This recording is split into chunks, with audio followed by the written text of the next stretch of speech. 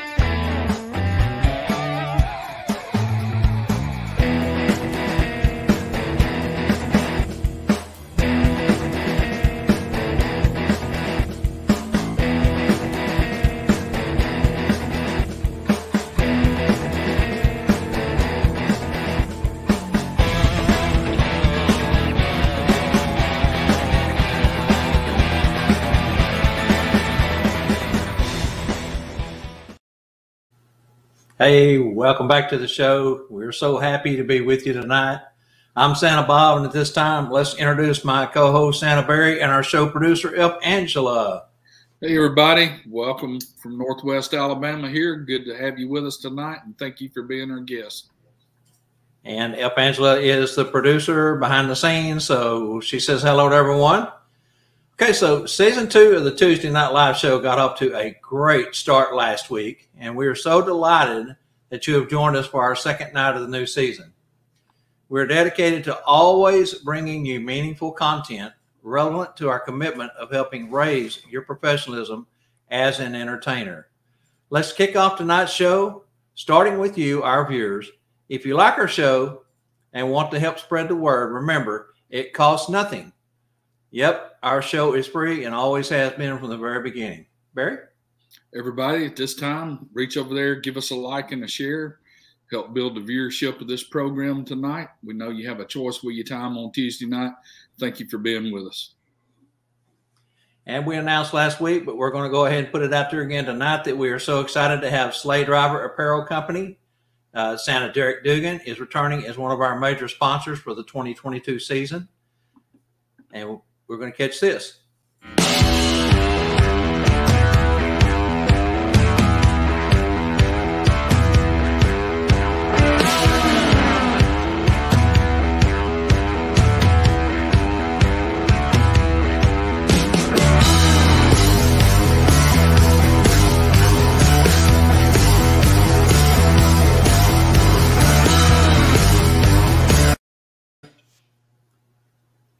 Thank you, Derek and Sleigh Driver Apparel Company, for sponsoring the Tuesday Night Live show trivia. Just a little housekeeping. When you win this, we're going to limit the winners to one every 90 days. So if you win this, it'll be like 90 days before you can win the award again. So let's go ahead and get right into it. In 1845, Atlanta was renamed after the Atlantic Ocean. But in 1837, Atlanta was just a small collection of homes and buildings at the end of a brand new railroad. What was the city's first name? What was the city of Atlanta's first name? Keyboard warriors go to town. This one will be one that you'll have to look up. At the end of the railroad is a good clue. Yeah, and you know, the name is one that I don't think anyone would ever associate with Atlanta, Georgia. We don't have any guests now, but I wonder if any Walking Dead fans are out there. So if you are, think about when they was walking on the railroad, what were they looking for? That's a good clue. That's a good hint. Everyone's got their fingers working hard, I hear. This might take them a little bit to get. Bill, Marthasville. It was called briefly Marthasville after the governor's daughter, but that's not the name that they finally settled on. in 1837. So from 1837 to 1845, it was called the name that we're looking for. I mean, technically you were correct because it was called that for a short period of time, but the one that was the one that stuck with it for those handful of years is the one we're looking for. Any more guesses?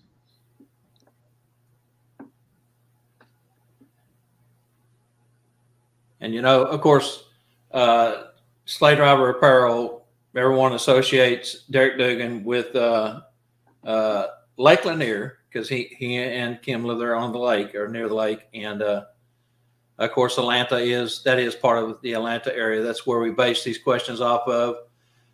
Barry is going to do some research next week and see if we can find some more good Christmas trivia questions to bring in. That might be something that we're all a little more aware of. There you go, Ken. Winner, chicken dinner, buddy. You got it, man.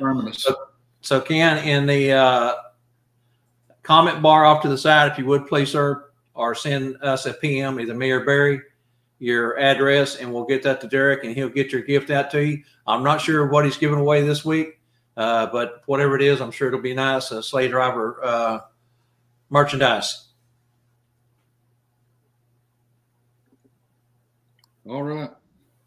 Please welcome tonight's guest to the Tuesday Night Live Show, coming to us from Nashville, Tennessee. He's the owner of santascloset.org, and since 2004 has been delivering unique value-packed Santa and Mrs. Claus accessories to the Santa Claus community and attending Santa events as a vendor, and also 2021 Santa Claus Hall of Famer. Welcome, Tom Cortemeglia. Thank you. I'm glad to be here this evening. Glad to have you. All right, Tom. So welcome on my behalf and F. Angela to the Tuesday Night Live Show.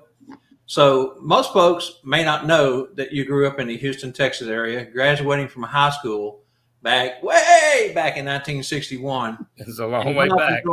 Joined the Navy in September of 61 and went off to boot camp in San Diego. The Navy trained you to be a dental technician. I think that's something else a lot of people didn't know. Barry didn't know that. After camp, you got stationed in Pensacola, Florida, absolutely beautiful part of the country. That's where me and Carol went on our honeymoon when we got married. So, Tom, this is where your story really begins. And starting with the educational part in Pensacola, tell us your story. Tell us about Tom.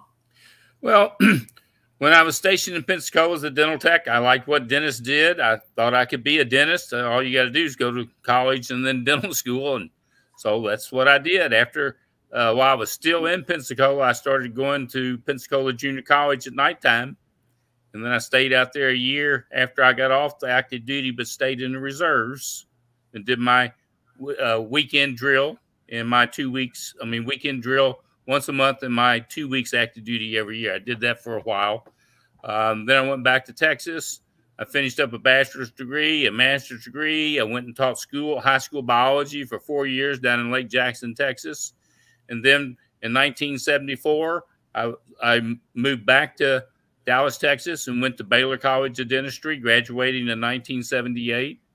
And then I went back on active duty as a dentist, and I practiced dentistry in the Navy from 1978 to 2002. And then I retired, and I grew up to be Santa Claus. Who would have thought? Great one at that. Well, Tom, thank you so much for your service to this great nation. But tell us about the first time that you put the suit on back in 1973 for the Lake Jackson, Texas JC's annual Christmas parade. What was that experience like emotionally, donning the suit for the first time, and did you have any nerves? Well, I wasn't really nervous, but I had a lot of fun. The JCs did put on the Christmas parade, and one of the floats in the Christmas parade was a float that had Santa on it, and Santa was sitting back there in a chair and tossing out candy canes on both sides of the float to children and anybody else that was there also, but mainly the children. And I had a lot of fun doing that, and I kind of got bit by the bug and liked it. So in the future opportunities to portray Santa, I took advantage of those too. Good deal. And how long did you do that parade? I did it for the next 2 years until I then left Lake Jackson and went up to Baylor, up to Dallas to be in dental school at Baylor.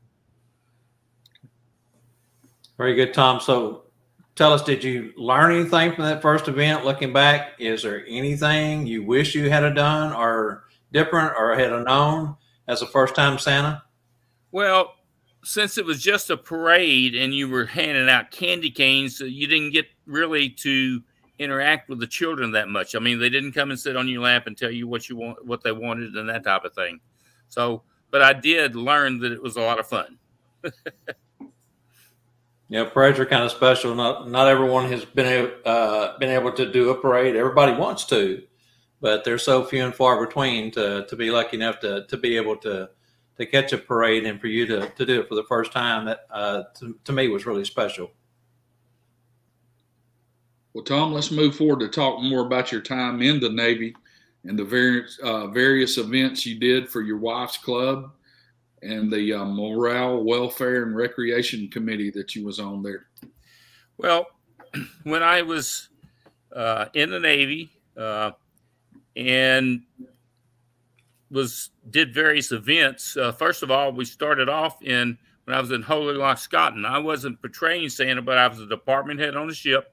I had a number of people who worked in my department who had children. So we hosted a Christmas party at our house.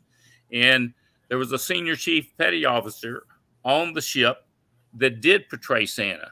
So I asked him to come and be Santa at our house. And he said, I want you to find out something about each child that only Santa would know. Okay. So I got the information from the parents and I gave that to him, and he memorized it all. So when each child would come to sit with him at our house there for the party and then ask what they wanted, he was able to talk with them. He knew something specifically about each child that only Santa would know. And that impressed on me just how important that type of information was and how powerful it was, because there were a couple of children that were right at the age of not believing. And when they got through visiting Santa at our party, they were believers again for a few more years. And so that was, I learned that. Then later, whenever, especially when I was in 29 Palms, California, I was asked to be Santa for the Morale, Welfare, and Recreation Fund. And so they had a suit. So I used that suit, and children would come to visit me and I would talk with them. I picked up information ahead of time on some of the children, so that was able to help me. And we gave them candy canes, of course.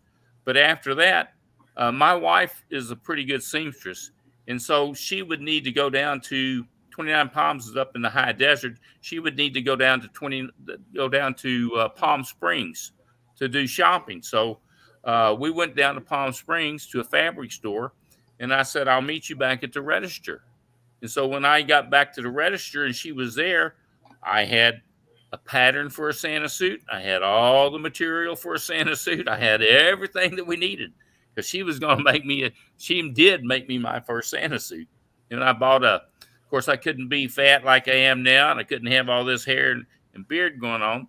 So we then went to a costume store, I guess is what you would call it. And I bought a really nice beard and wig set. It cost a couple $100. It's not as like the natural hair ones that you can buy that are a couple $1,000, but this was a nice one. And it worked for a number of years. And so when I would go to other duty stations, the Wives Club sometimes wanted me to visit certain homes, or they would have a party and they would have children there. So I would do Santa and those events. We had one party there where the Admiral of the base came to the CO's house, and I had the Admiral sitting there right on my lap, and we took pictures, same way with the CO, and we had a really good time. I learned a lot. Now, do you still have that fursuit? I still have that fursuit. Awesome. In fact, I loaned it this year to a Santa, a person who wanted to portray Santa for a business. They asked him to be Santa. He's still on active duty, but he's fixing to retire. And I gave him a beard and wig set. He ended up buying from Santa's Closet, as we'll talk later. He bought a belt and a buckle and some stuff to give children.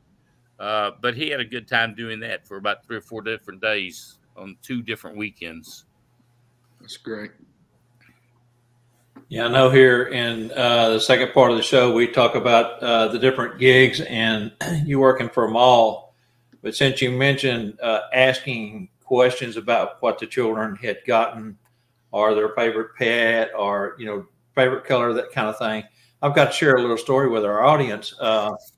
When you was working here in the Dallas area out at Frisco at the Stonebriar Mall, one of the top end malls here in Dallas, when I became a Santa helper, I didn't want to ruin it for my granddaughter. So I called Tom up and said, hey, can you do me a favor? And he said, what's that? And I said, well, I'd like to bring my granddaughter out to see you, and we're going to let her know that you are the real Santa. And the very first thing he said is send me a list of things. And he named off 4 or 5 different things that he wanted to know. And so I sent that back to him. And of course, I had already started growing my beard, my hair and everything. So I put my motorcycle leather jacket on and stood off to the side when we went out there so I wouldn't be up near the set, and sit back and watch Tom work for a little bit. And what a pleasure it was. And I got to tell you, she's 15 years old and she still thinks that Tom is the real Santa. She's a sweetheart, JD is. She really is. We've had with Tom and Janice, and my granddaughter asks about you constantly. So, all right. So Tom, at this point, we're going to take a short breather right here. And because it's time for the Tuesday Night Live show to take a break for a special product announcement. So stay with us. Okay.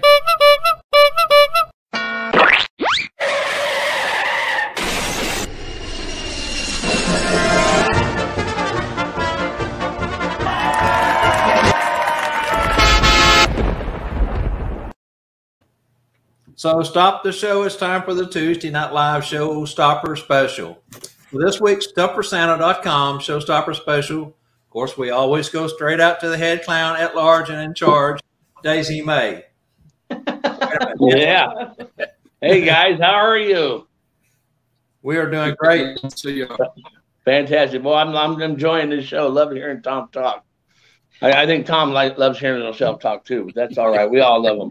Hey, anyways, this week, we're going to do the Bob King Memorial Badge, kind of in honor of Shirley King, as we know, just passed away. Bob King created a badge years and years ago, probably the first badge that the Santa started using. And so we're going to do this one. They're normally $45 on our site. Message us. We'll do it for $35. We're going to ship it out the door to anybody in the U.S. for free. Comes in a red wallet. Real nice. Got the badge right here. It's got this little flap right here that you could take it, put it in your shirt if you want, put it in your belt. Bob King Memorial Badge. Got a place for your ID right there. Real nice. $45 normally. On sale for $35. Just let us know. Yes. God bless them both for bringing that to the community. Yes, and Tom was part of the first round that we bought on those, and he and I together sold close to 500 of them the first time around, and it was a good seller. And Bob had quite the story. I've mentioned it time and time again, and him and Shirley went on an anniversary trip overseas, and he passed away the first day they were there singing karaoke, which he loved to do, and when he passed away, Shirley didn't want to continue the project, so she turned the intellectual property over to me. And we have been so grateful for everything that Shirley has done, not only for us, for the product itself, for the Santa community, for Mrs. Claus's, and a quality human being. We're dedicating tonight's show to Shirley King, and we're going to miss her dearly. Okay, Spangle. All right, now are we going to trivia? Let's. You are watching the Tuesday Night Live show with Bob, Barry, and Angela. Sponsored by StuffForSanta.com and SchoolofSantas.com, where you can find everything you need to support your Santa and Mrs. Claus business. Remember, if Spangle ain't got it, it doesn't exist. So contact Spangle at StuffForSanta.com today. Now back to the show. Hold on 1 minute.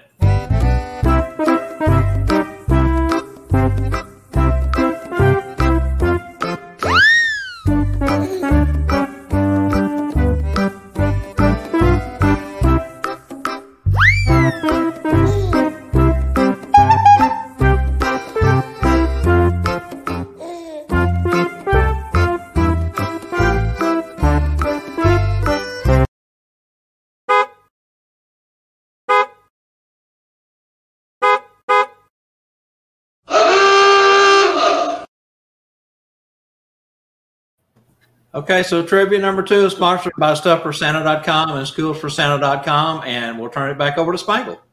Okay, something that if you want to eat something and you want to be able to eat again in an hour, you know, eat some Chinese food, okay? One of Daisy Mae's favorite Chinese foods is cashew chicken. Where was cashew chicken invented? What? And we're going to send out one of our rings, so you'll have to let me know if you want gold or silver and the size. Oh, my goodness. We have Santa or Mrs. Claus. Very good. That's a $75 prize tonight, guys. Great gift right there. So we need to know what town that the Chinese cashew chicken was first invented, where it was first made and got credited for. Bob, yes, it was in the USA, but we need to know the town. And this one may shock a few people. It looks like Rex Ray. Rex Ray, congratulations, Rex. Right here in our hometown, Springfield, Missouri. Yep, sure was. Sure was. All right. That, so Rex, you get with me later. We'll get you a ring in the mail. When you and I was talking about Rex. Spangle, you told me that the gentleman that actually is credited with coming up with that concoction was David Wong. It's actually L-O-N-G, but because it's Chinese, we were joking about it being Wong. But David Leong. David Leong. Oh, yeah, and he just recently passed away also, and just shortly before his death too. He it's sad to say that because the guy was so kind to everybody, would give to everybody, and there was a guy that was panhandling. He stopped and gave him $5, and the guy smacked him in the face and took his wallet. Oh my goodness! Yeah, he was a good guy, good community guy. Did a lot of stuff for the neighborhood. That's a shame. It's the times we live in, for sure. All right, yeah. Michael, Daisy Mae, love you guys. Thank you so much. Thanks for having us. We'll talk to you guys later. All right, bye. Bye. All right, Tom. So in 2002, you retired from the Navy, and you like to say you grew up to be Santa. You grew your beard, hair, and started the process of going white. The next 13 years, you became a mall Santa. What company did you sign on with, and for how long? And also, did that company do any training with you to prepare you for that spot? Well, when I retired from the Navy in September, I stopped cutting my hair and I stopped shaving. And we went on a 3-month vacation. When we came back home to Stride, Oklahoma, which is where my wife grew up, and we had bought a house, we went to a friend's house for New Year's Eve. And when we got there, they saw my beard and my hair and said, "You would make a great Naturally Santa." So we asked them what that was, and we found out about Naturally Santa Incorporated, which was based out of Colorado Springs. It was a company that Billy Gooch and his wife set up. And what they did is they found people who looked like Santa.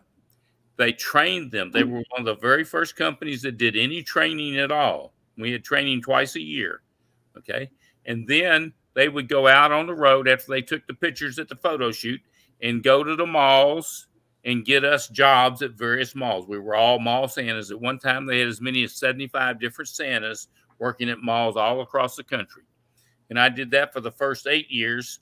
And then I stopped having them represent me, and I started representing myself. And I worked for Santa Plus. I worked for Cherry Hill. I worked for Worldwide Photo for the next 5 years, all over the country, and we liked that. But in 2015, which was the last season, the job was in Modesta, California. That's a 4-day drive with all the stuff that we haul, and it's just too far to go. And we got tired of sleeping in hotel rooms for 7 weeks at a time, so we then decided at the end of the 2015 season, we would no longer do malls, and we would start staying home in Nashville and doing things around here. That's true, and I think that brings us to a real important part. We've talked on this show and on the Bob and Barry Show on Mondays about the future of Santa. A lot of the malls in the past 10 years have started to decline, have started to fall by the wayside. There's many of them that have closed down, been bulldozed over. The ones that are still strong are still going strong. The mall that I'm at, the mall that you was at in Frisco, still strong malls, great sales.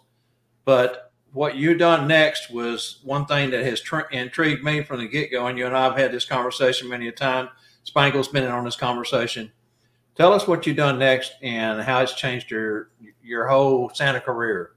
Well, previously, before I stopped doing malls, I had gotten with a couple photographers here in Nashville, and they hired me to hold various products and be in various positions and doing various things. And they would take pictures of this. They paid me a flat fee. And then if you have a business and you needed Santa photography advertising, you would go to several different locations. You could go to iStock Photo, or you could go to Getty Images, and you could purchase the rights to use those images. And I've seen my images used on a number of different products and TV shows. But anyway, that's what I did with them. When I decided to stop doing malls, I then went to those two guys and I said, hey, I want to stay here in Nashville. I want to set up to do photos with children.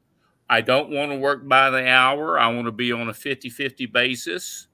And that's another story. It's hard to find photographers that are willing to do things with you on a 50-50 basis. They value what they bring to the table more than what you bring to the table.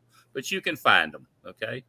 And I found one guy, and we set up to do that. And you have to then find a storefront.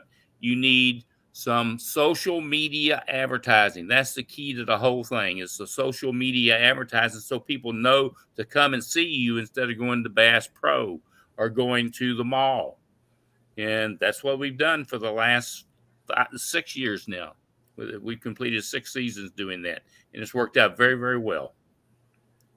Yeah, a few years back, when you first started doing this, I think it was your second season doing this with the photographers. I actually went out and looked at some empty storefront buildings in crowded, larger than just a corner strip mall, but something a little bit bigger, Kroger shopping area with some good anchor stores on either end, and talked to them about 30-day, not 30-day, but 3-month leases, short-term leases, and it was just more money than I could jump into at that time to try to do and set myself up the same way. Now, you guys were kind of lucky, because I say lucky, maybe it was fate, but you guys got into an old bank building that a Smoothie King had purchased. You want to tell us what you ended up getting as far as your lease space? Sure. When we started looking for a place to set up, we found a place. It was a goodie store, actually. And what happened was, right before the season, the manager decided that we couldn't set up there. So we then scrambled to try to find a place. And a woman recommended that we come check out the Smoothie King in Mount Juliet, Tennessee. Now, the man in the greater Nashville area that owned about 17 different Smoothie Kings, most Smoothie Kings have a small footprint. There's really not a place for Santa. But the one in Mount Juliet was in an old Tennessee bank building. And what happened with that building when he bought it was, on the side where all the drive-through windows were, that's where the Smoothie King business was. On the side where all the bank loan officers' offices were, he rented those out to a lady who has a whole bunch of different things going on in it. And when you build a bank, there's always a vault. Unless you blow it up or bulldoze it down, the vault's always going to be there, okay? And we set up in the vault. And John, my photographer, built a really nice set. He built a faux fireplace and put it in there. We paneled the walls. There's a lot of room in a vault once you take out all the safety deposit boxes and everything. And we had a really nice Christmas tree that was decorated with a lot of presents. And then we put a bench type love seat in there, and that's what Santa sat on. And the children would come in. I would talk with the children. The photographer was just right outside the bank vault door on a chair that he could roll back and forth to take pictures. He had a wire stand set up there that would have his computer and monitors and printers and everything there. And if you have a professional photographer, they know how to take good pictures. And what we did there is we essentially set up, we took all the good things that happened at a mall and duplicated them. We eliminated all the bad things that happened at a mall. The bad things that happen at a mall is they start too early in the season. We didn't start until the week before Thanksgiving instead of the first week in November. Okay. Second thing is they start too early in the day when the children are still in school. We never started before 3 o'clock in the afternoon when the children are already out of school, and we would go to 8 or 9 p.m. at night, depending on what part of the season we were in. At the mall, they print all these different packages. We had no packages, okay? We only printed 5x7s, no other size pictures. You don't need them anyway. Most of the people don't want them.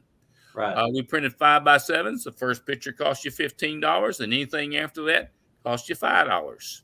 Now, here's the other thing that we did. Because you have a good photographer and he knows how to take great pictures, I can pose about 5 or 6 different poses, only 1 or 2 of which is where we're looking straight at the camera. And I can do all those in about a minute's time. And then while the photographer is now showing the pictures that we've taken to the parents, then I have an opportunity to spend a few minutes and talk with the children about what they wanted and so on and so forth. And so it worked out really, really great. Oh, and by the way, if they happen to like all the different pictures that we took because we had so many different poses, you could get the whole session on a flash drive for $45. Now what we've done, we've eliminated the flash drive, and now we do digital upload or download. And we still print some for people if they want them. If you're getting a digital download for $45, then anything we print for you is now just $5 a piece. But it worked out great. And it's such a great concept. And really, as I told you several years ago, I think that is the wave of the future somewhere down the road for Santa and Mrs. Clauses. Oh, and a couple other things. And I know that you was on the upper end of the pay scale as a mall Santa, which intrigued me. And as I've mentioned before, mentioned yesterday on the show, the Bob Berry Show, you was one of my first mentors and have always given me great advice. And so when you started talking about this, I got really excited, and I'm still looking at trying to do that somewhere down the road. It's a good concept. The key things, you got to find a good photographer. Secondly, you got to find a good location. Okay. Mm-hmm. And thirdly, then you got to get people knowing that you're there. Social media, especially Facebook, and all the communities have their own Facebook pages. In the greater Nashville area, all the little communities like Mount Juliet and Hermitage and Donaldson, down south of us, Smyrna and Murfreesboro, they all have their own Facebook pages. And when we added up, we got on all those Facebook pages. When we add all those up, it's over about 150,000 different people that we could reach out and touch. And every day at the Smoothie King, I would do a little video commercial of, hey, folks, we're at the Smoothie King. Here's what I'm wearing. I wear a different outfit every day instead of just a traditional suit all the time. The other things that we did at the Smoothie King that's different at the mall is, first of all, you got plenty of parking. It's free and easy parking. Second thing we did is you could make appointments or you could do walk-ins. We did appointments every 15 minutes, but then in between every 15-minute appointment, we did anybody that walked in. And it worked out really, really great. And as you said, I was a very, very well-paid mall Santa. I was north of $20,000 for a number of years. And most mall Santas don't make that, especially nowadays. They've gotten worse. I also got travel, and I also got a hotel for 7 weeks. When you add all that up, that's a pretty good chunk. We do even better now that we're staying at home. In the first year, I did all 7 days, but I found out that there were a lot of people that wanted me to do home visits and private parties, corporate events, and things like that. So after the first year, I only worked Monday through Thursday. Friday, Saturday, and Sunday, I ended up doing all the other things from gig salad to private parties to corporate events, home visits, all kinds of stuff like that. Very good. So I guess let's move on along here to my next question, which is this year, tell us what events you will be attending as a vendor so folks can drop by your booth, shop your goods and your accessories. Okay. In previous years, we would do 8 to 10 events. We would do a number of Santa schools, and then we would do some local convention type things that were somewhat small. And then we would do whatever the big event of the year. 2 years ago, I told my wife, first of all, we've gotten too old now. It takes too much time to load it up, unload it, set it up, reload it, take it back home, unload it. I'm 78 years old now. My wife is 73, and it's just too much for us to do. So 2 years ago, I said, we're only going to do the big event each year. And then we always go up to the Charles W. Howard Santa School. They don't have vendors up there, but we set up in a hotel. I rent the conference room there, and it works out really well. And we just have a really good time. But this year we'll be in Atlanta for the ISC. Setup will be on Wednesday, the 27th, and then they'll open up selling about 3 o'clock in the afternoon. And then the convention really starts on Thursday, the 28th, Thursday, Friday, Saturday, Sunday. It ends up on Monday. We'll pack up on Monday. For anyone who's been out to any of the events that you guys have set up at, they know you got more than one space usually, and you carry a ton of stuff with you. So I can understand where you're coming from on the loading and unloading and setting up and all. So Barry, do you have any follow-up questions on the last two comments at the last two segments? Not really. Okay. Let's go ahead. Tom, since you've been such an inspiration as a Santa for so many, including our audience tonight, what is 1 or 2 pieces of advice you would give and share with a new and inspiring Santa to get started, either as mall work or as an independent Santa, or maybe even advice for a Mrs. Claus? Well, first of all, it's got to be a calling, so to speak. It's got to come from the heart. If you're doing this because you think you can make good money and you want to supplement your retirement, you're getting in the business for the wrong reasons. I can tell you that. Like I said, it's got to be a calling. You have to know that you need to be Santa. When people start referring to you to Santa and that type of thing, then you know that children are starting to think about you as being Santa. But it's a calling. It's from the heart. It's a great tip. Okay, Tom, so I know that you've attended many formal training sessions in schools. Can you tell us about the different Santa schools you have attended and the value you see in improving your portrayal as an entertainer through networking and training? Well, I'll tell you this. First of all, I've attended probably more schools than most people, okay? I've attended St. Bob's twice. I've attended Northern Lights Academy twice. I have gone to Tim Connigan's International Santa School twice. I even hosted it for him one time here in Nashville, as I did St. Bob's for Gordon. I've gone to Susan Mesco School. And I've been to the Charles W. Howard Santa School for 11 different years. Now, when I go to Charles W. Howard Santa School, I pay the full tuition just like everybody else because I want to attend each of those classes. One of my favorite things is on Saturday, you get to make a wooden toy or several wooden toys, and they make fresh donuts right there and have coffee to drink. But anyway, the second part of all these schools is the opportunity to sit down during breaks, talk with other Santas, find out what they do, how they do it, pick their brains. That's one of the nice things about the Santa community. We're all very willing to share ideas, how we handle things, how we deal with various situations or various questions that children ask. I learn something new from people all the time, even though I've been to all these different schools. Yeah, exactly. And, you mentioned sitting down and talking to the other Santas. For us at St. Bob's, we always have at least one night. And if we're on the road, like when we came to Dixon, Tennessee, where you were one of our major vendor for both the 2018, 2020 classes that we held there, we all go out to eat every night that we're there. And not only do you get to spend time in class during breaks, we go out into the lobby, sit and talk, and, go to dinner, come back, sit out in the lobby and talk until, wee hours in the morning. And to me, that's the real value in going to schools or gatherings, because you get that extra time, one-on-one, one-on-5, one-on-10.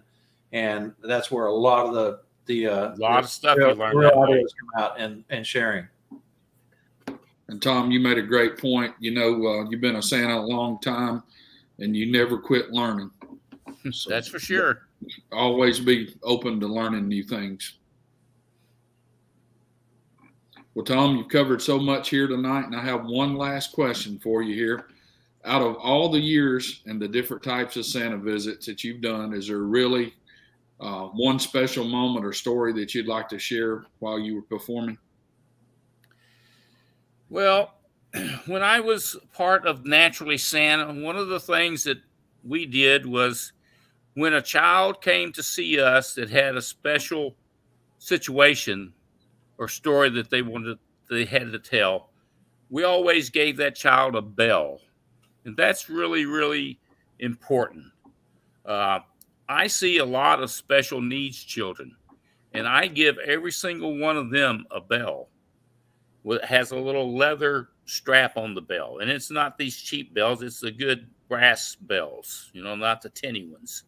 And I'll say to that child, now, every time you ring that bell, I'll be thinking about you, okay? Special needs children, autistic children, Down syndrome children, they're all special to me, and I really enjoy visiting with them. I know I'm not telling you a story, but it's just, they touch my heart, okay? Is all I can say. And it's a great feeling. Now, if you want a story or two, I was at a mall, actually, when I was still working here in Nashville, and I happened to be at Cool Springs Galleria Mall for a couple of years. A little girl came up to me, and she pulled on my beard, and then she said, "Oh," and it starts with an S, and ran off. It's attached.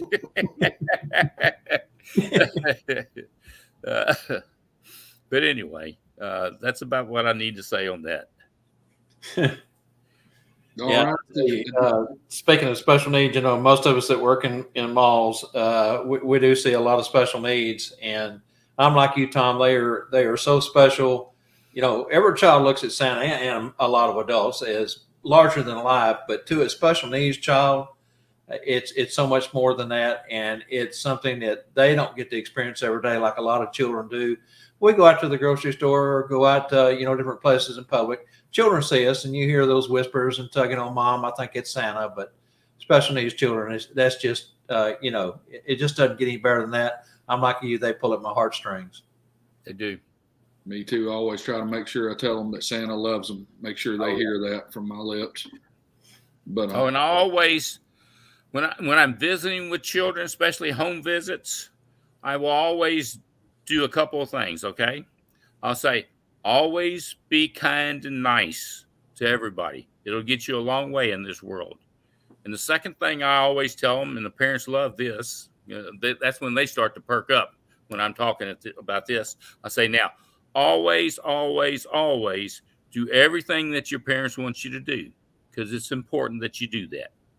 And then the third thing I'll tell them is, now at nighttime before you go to bed, I want you to take your toothbrush, stick it in your mouth, scrub it around really good, get rid of all them nasty germs that crawled in there during the day. You don't want to give them a warm, comfortable place to sleep. I guess that's the dentist part of me bringing in the idea about the toothbrush. I used to at Thanksgiving, not Thanksgiving, at Halloween time, back when I was still on active duty. Whenever children would come by the house and get candy, I always gave them a toothbrush to go with it. Great idea. At this point, does any of our viewers have any questions or comments for Tom at this time? Now's the time to be popping them in there. I know there's been a couple of things that Angela has put up comments along the way. Here's one from J.D. Williams, Tom. Says, Tom, I never knew you were a dentist. When we get to Atlanta for ISE, I have this tooth I need you to look at to give you trouble. Well, you need to realize this. Once I retired from the Navy, I was 59 years old. I knew I would not be practicing dentistry, okay? So I retired my dental license. So if I was to do something to your tooth, I'd be practicing without a license. Hey, improv. That's what we do, right? Right. Any other questions, comments anyone wants to put in now? There you go. Melissa Button wants to know, is Janice a Mrs. Claus? Yes, she is a wonderful Mrs. Claus. She gets the fact that I'm able to do home visits and private parties and corporate events now. She's able to go with me on a lot of those things. Okay. I always ask the people, I said, I have a Mrs. Claus. Would you like me to bring her too? And she does a lot of times, and she has a great time doing it. She's over here smiling at me right now. Well, for those of us who know and love her, she is such a gentle, kind soul. Brother, honest, I don't know how she's put up with you for so many years, but I know she does, and she loves you. But she is so wonderful at everything she does. And I'm going to let the cat out of the bag here. When you guys were doing mall work, she got up every morning and rolled and fixed your beard and got you ready for work. What you'll see now is just my beard down here like this, okay? But if you go to my website or you have one of my business cards, it has a picture of me on it, you'll see that I have lots of curls in my hair and my beard. And that comes from every day that I'm portraying Santa to the public. She curls my hair and my beard with little mini hot rollers. That's something we learned to do when I was part of Naturally Santa, because everybody there did it, okay? From the time I get into the shower to the time I walk out the door, it's a 2-hour process, of which about 30 to 40 minutes of that is I'm sitting here with all these curlers in my beard and my hair waiting for it to dry. I believe it was Bill Hampson that had a question. Yeah, Angela, put it back up there. What are the questions you asked to find out about the children before you see them? Okay. What I will do if I'm doing a home visit, okay, I will say, tell me something that they do really, really well, okay? Tell me something that you want them to do better at. Text. Okay? Text me that information a lot of times. Or sometimes I'll have them write it down on a piece of paper, okay, and give it to me. Something they're good at, something that you want them to do better at, something that Santa gave them last year, okay, for Christmas, if they can remember that, okay? And then I talk to the children about that kind of stuff. In fact, I haven't mentioned it yet, but one of the things, I'll probably do that in the point of view thing. I'll cover that. Okay. And just to impart on Bill's question there, Bill, you can't have too much information on a child. If you can get more than, if you can get 20 things, that's great. Find out their elf's name. The elf's name. Yep. Their name for sure, because they'll either challenge you, well, you're Santa, what's my name? Or, what's my elf's name? I get that a lot too. So. Pet name, favorite colors. There's lots of different things. Can I say a couple things about that? A lot of times when I'm sitting there at the Smoothie King, okay, when we used to be at the Smoothie King, we moved this year because we outgrew the Smoothie King. But anyway, a lot of times the parent would tell one of the people working on the set, or they would write it down and give it to them, what the elf's name was, okay? And when a child asked me, what's my name? I said, well, first of all, I only remember the names of all the naughty children, okay? Because there's so many good children, I can't remember all their names. And I have a really, really big book with all that, okay? And the second thing, when they ask about the elf's name, I said, well, you might have called your elf Jingles or Snowflake, but when they come back to see me at the North Pole, okay, they all have elf names, okay? So if I was to tell you what their elf name is, you wouldn't recognize it at all because you call them something else. So that kind of deals with that issue a little bit for people. Yeah, I tell them that they have numbers at the North Pole. I like that. into their house and they name them. And I'm not aware of what name they gave them. But when they come back to North Pole, they're 692767. Oh, I like that idea. I'm going to use that myself. Yeah, and that you know, that solves their curiosity at that point. Okay, so any other questions before we move on? Tom, I got one about you working with your Mrs. Claus. Do y'all have any kind of secret way of communicating back and forth about, you know, maybe a child's special needs or anything like that before they come in when she's working with you? No, not really. Because a lot of times, if it's someplace I've gone before, I would know about a child and their special needs. And then we will talk about that before we get to there. But a lot of times it's a new visit and I don't necessarily know that there's a special needs child there. Sometimes parents will tell me, but a lot of times they won't. It just comes from the heart. Yeah. Yeah. I mean, when you see a child, you can tell that they're a special needs child. It's just, you just know. I mean, the way the child's acting and talking and that type of thing, you can tell. Mm-hmm. Exactly. You know, Stephen Gillum and Deb do the Smart Santa. That's in line with what Barry's asking. I don't know too many people that actually go that far, but boy, has it worked great for Steve and Deb. And you know, he always says if you know 3 key points of information and relay that to a child, they really truly believe you are the real Santa. So, can I say something about the Brothers Claus? Okay. Yes, sir. I forgot to mention, I've been to the Brothers Claus school also, and they are fantastic. And to mention the part about Deb and Steve Gillum where she is talking into a microphone that has an earpiece in his ear, and he's finding out all kinds of information about the child. I think they call that the Smart Santa visit. It's fantastic what they're able to do. They really, it's precious. It really is. Yeah, I know you was at the Lone Star Roundup back in Conroe the year that Deb and Stephen was keynote speakers for the Lone Star Santa's Roundup. And that was the first time I seen them actually perform that for us. And I was absolutely blown away at the technology of it, the simplicity of it, and how he constantly gives Deb all the credit and how she makes him look good as a Santa, which is so true. They're a fantastic team, the 2 of them. They are. They absolutely are. And what was that last question, Angela? How on earth did you manage to stay fresh day after day, child after child in those big malls that you worked? That comes from Mick Lowry. Well, when I worked in all the big malls, I would normally see 20 to 25,000 children every season.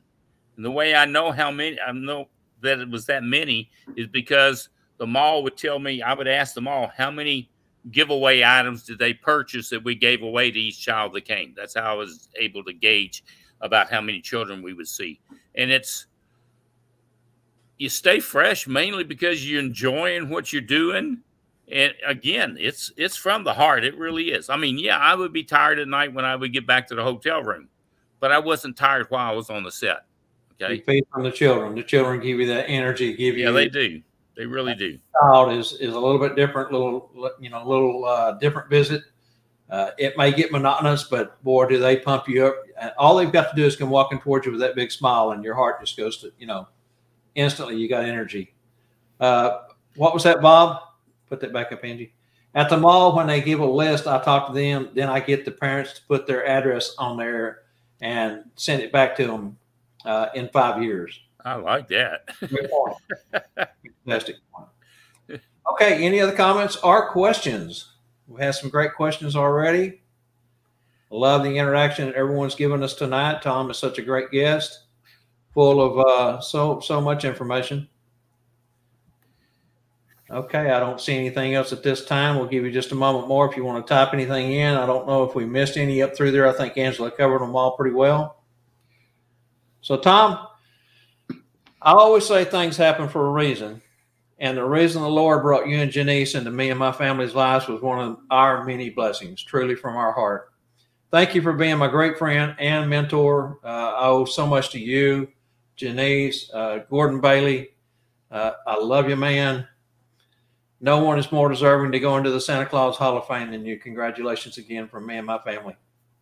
Thank you. Thank you very much.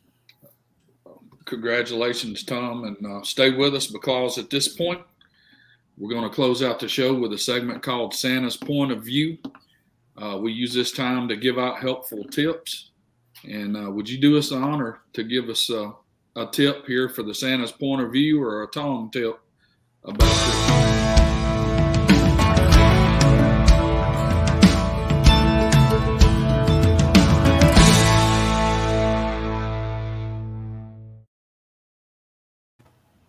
Sorry.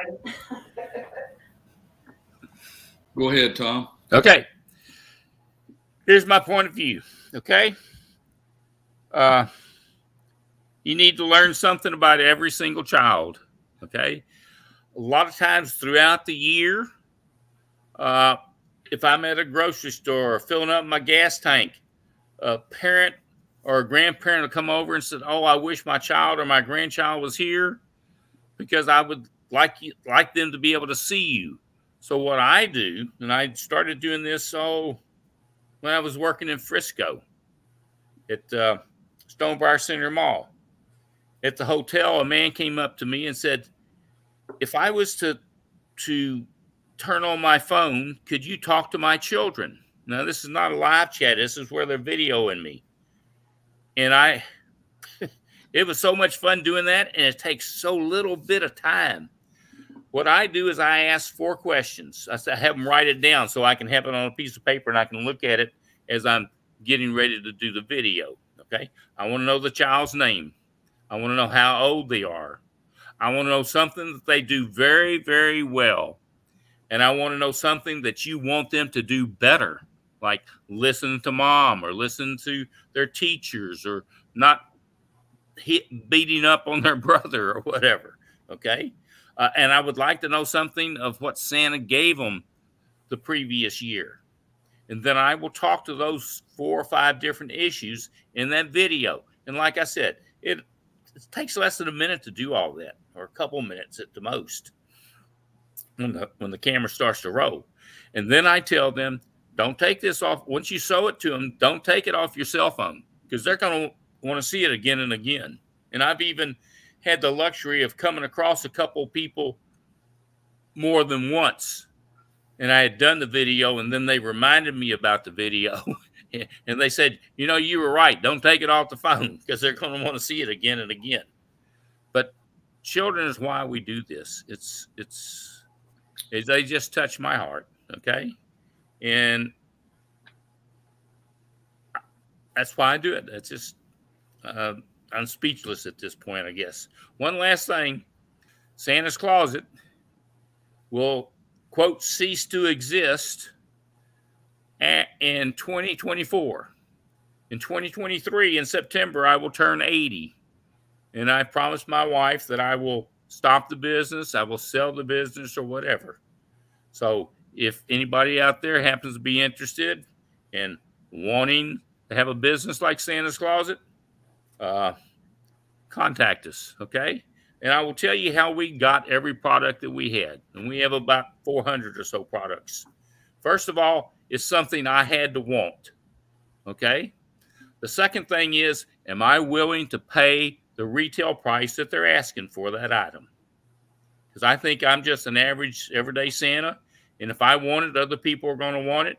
And if I'm willing to pay that price, I think other people will pay it. And then the third thing is, can I find somebody to make it for me, or can I buy it wholesale, mark it up a little bit to retail, and make some money?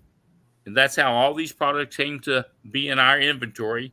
And I did that. We don't make a ton of money off of it, but I did that so it would be able to pay for our visits and go into Santa schools and everything like that. That's how the business got started. Anyway, Merry Christmas. I hope everybody stays healthy and safe. It's been a wonderful time visiting with you.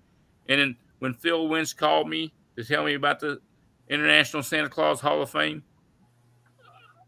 I was just flabbergasted. It's such a humbling experience, and I don't know what I did to deserve it, but thank you all for your support. I appreciate it. Merry Christmas.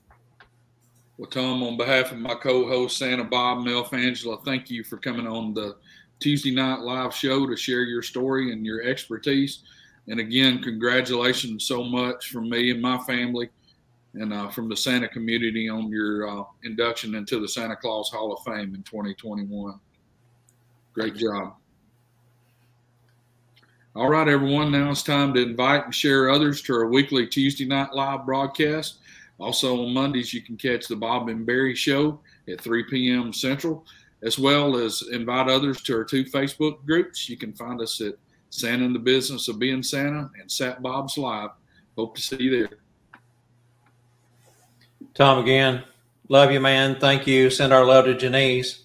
We want to say thank you to all of our sponsors. And at this point, I would like to announce, starting as of today, santascloset.org will be the exclusive sponsor for the Bob and Barry Show on Mondays. So look forward to product information, giveaways, and that sort of thing, similar to what we do here on Tuesday night. Tom will be the exclusive sponsor for that show starting now. Also, we would like to remind everyone that we thank you so much for giving us your support, your time.